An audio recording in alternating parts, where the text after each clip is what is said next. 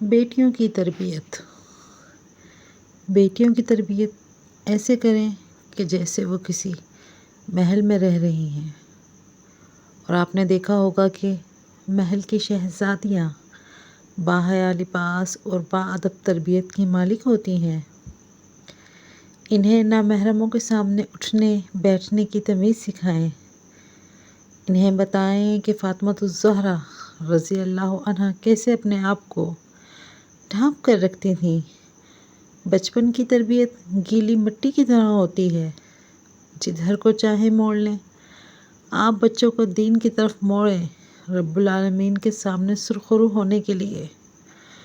عورت کے مرنے کے بعد تدفین کے وقت جب اسے قبر میں اتارا جاتا ہے تو ایک آواز لگائی جاتی ہے کہ نامحرم حضرات دور ہو جائیں اور محرم قریب آ جائیں۔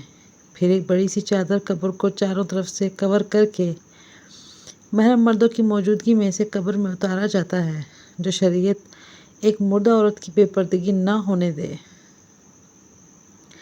تو کیا یہ ممکن ہے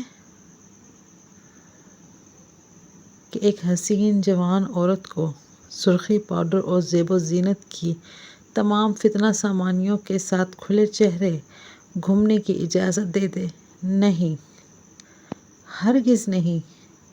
ابھی بھی وقت ہے، سنبھل جاؤ، ورنہ کل قبر بہت مشکل گھاٹی ہے۔ ضروری نہیں کہ صرف گہنے ہی چمکیں، حیا کی چادر بھی چار چاند لگا دیتی ہے۔ سب بہنوں سے گزارش ہے کہ اپنی بیٹیوں کی تربیت اسی طرح سے کریں۔